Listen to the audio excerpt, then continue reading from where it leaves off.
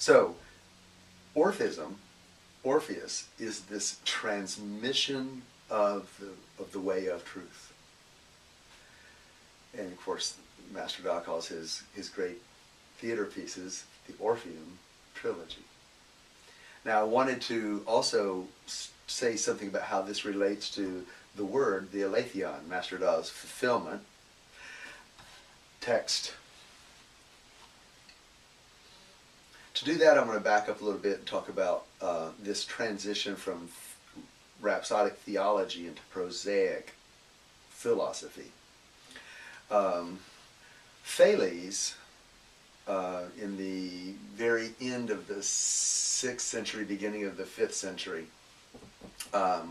he was said to, by all, to be the first person to speak prosaically, or as Aristotle said, scientifically. I didn't use that word, but the first person to speak scientifically about the nature of things. And people spoke prosaically in ordinary ways, but when they started speaking about great matters, they would be poetic or rhapsodic, poetic, Homeric, rhapsodic, Orphic. And so, so Thales was the first person to talk about the way things are. He didn't say at the beginning of everything there was a golden egg. No. No. Arche, meaning at the beginning of everything, he said, must be water. Look at everything that grows. Without water, it's nothing. So he said water, some kind of water. It's not water in the sense that we mean like, oh, there's water. It's better described as hydrozoism, that there's some kind of liquid, living liquid at the root of everything. It must be. Look at everything that grows. Mm-hmm. And his younger friend, not student, Anaximander said, no, I don't think so. I think that the origin of everything is that which is indeterminate, without bounds, infinite. And so that began a series of, then his younger student, Anaximenes, said, oh no, I think it's too indefinite. Can't be. If it's indefinite, how could it be made anything? It's got to be made something like air, ether at the origin of everything. And so arche, what's at the beginning of everything, was a big discussion. Let's talk about scientifically, as we would say, what's at the origin of everything? Well, that went on for about 100 years until Parmenides came along and said, who cares? What is the truth? Who cares what's at the origin? What is the truth? Now, that was a big moment. That was a big step. Step aside from what's at the origin of what is the truth. Let's talk about that.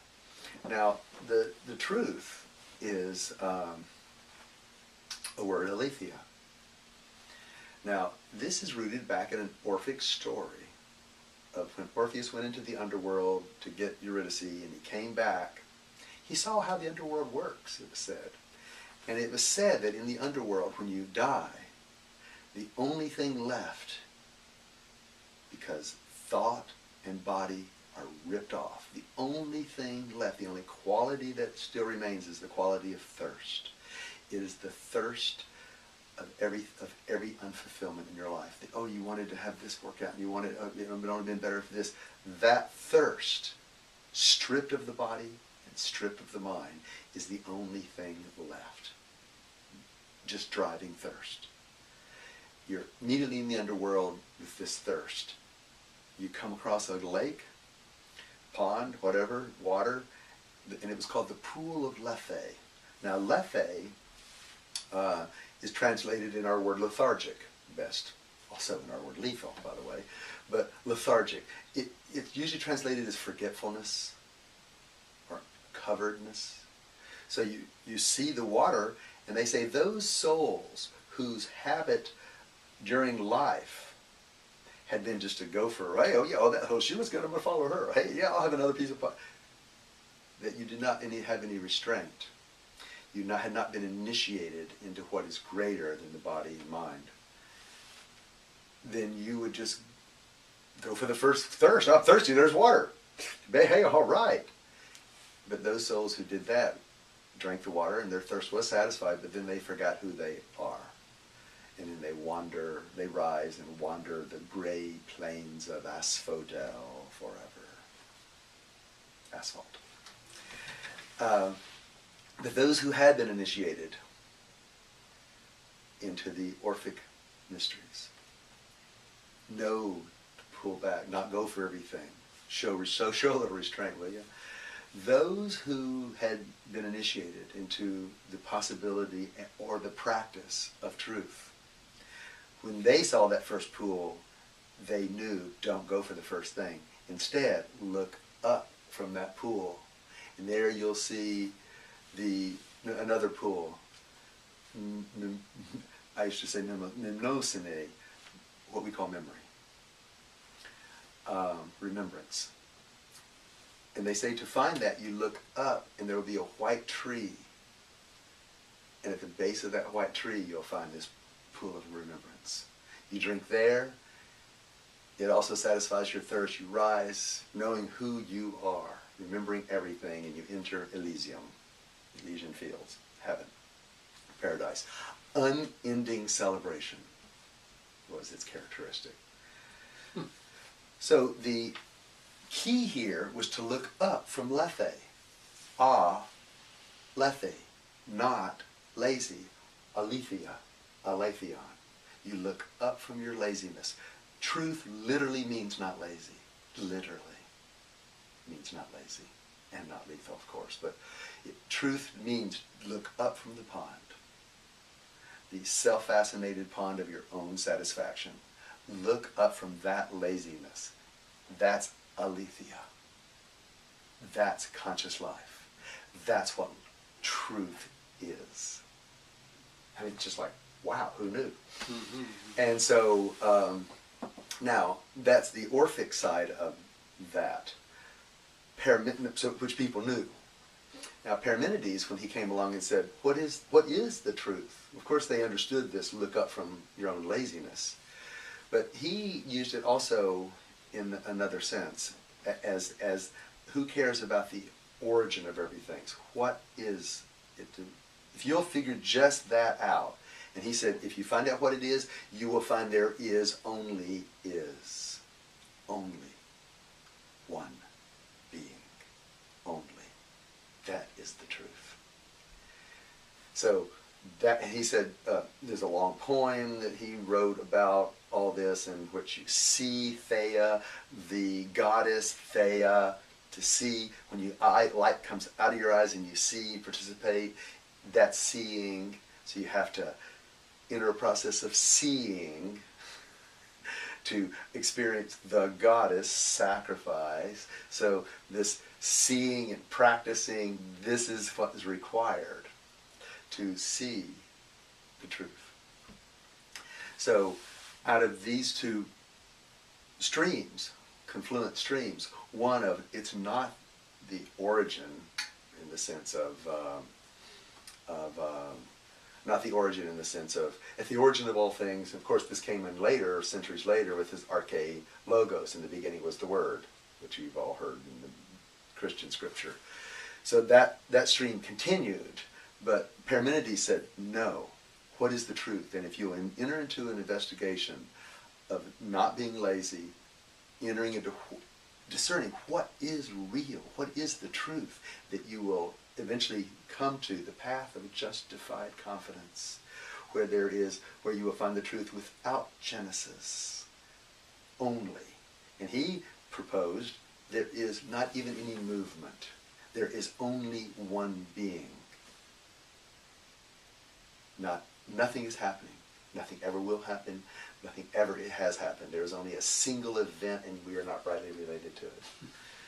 So Parmenides, and he toured, and people were awestruck at his statement, declaration, and demonstration. Out of these comes the Aletheon.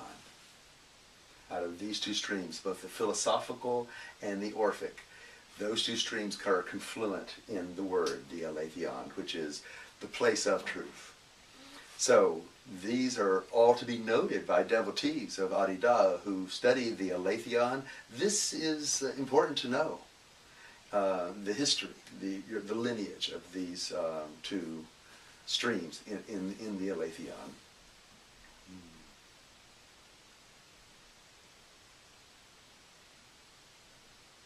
Anything else? Well, anything else? Well, let's sit down and have an 8-week course. Yes, that's an 8-week course crammed into 18 minutes. I agree, but I want to go back to Eleutherios and theater. yes. Well, theater is in that same group of words. Seeing, Thea, goddess, Thea, theater. You see it, and it's this kind of seeing is not like, oh, there's a tree over there. It's participation. It's participatory. So etymologically, you are participating. That's what's required for theater. And so people would watch the theater, and they would be instructed in what is it to mature.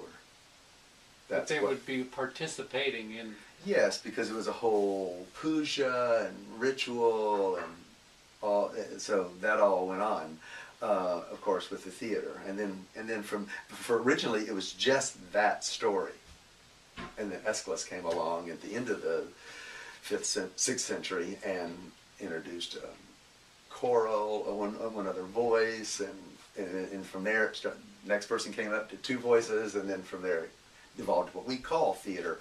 Theater anciently was represented as, there was a goat, a satyr, which represented dendrite, and then there was a god. Theater is the transition from being a goat to being divine. That's what it is. So from pleasure to ecstasy. From pleasure to ecstasy. It is the process of maturation, particularly focused on the moments or the transition from being a goat, being just a pleasurist, into being a sacrifice to the divine process and condition. That's what theater is supposed to serve. That's what theater is. Every true theater is about a transformation. That's what it is. That's why it's projected for you, so that you can learn the lessons, so that you can grow and be transformed. It was one of the healing arts as well.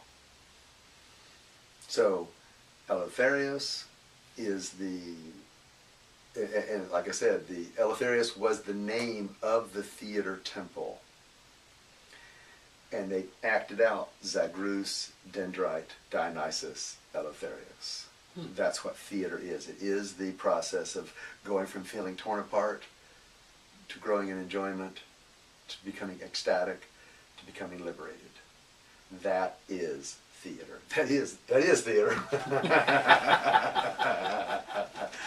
That's the great theater. It is something you see. It is something you participate in. It is all those etymological roots were known to them. These were not, to us they've become different. Seeing and God and goddess. Let me give you another etymological insight. The word theos, which is the male form of thea, is, my favorite definition was that of Aristotle, and he described theos as the same thing that you see when you notice a flower blooming, a sunset, or the recognition between friends. So think of what is the same in flower, in sunset, or when friends recognize each other. That is theos. Divine. Wow. Isn't that great? Yeah. So that's there in that word theater. That is there in that word thea. That is, that's what it is.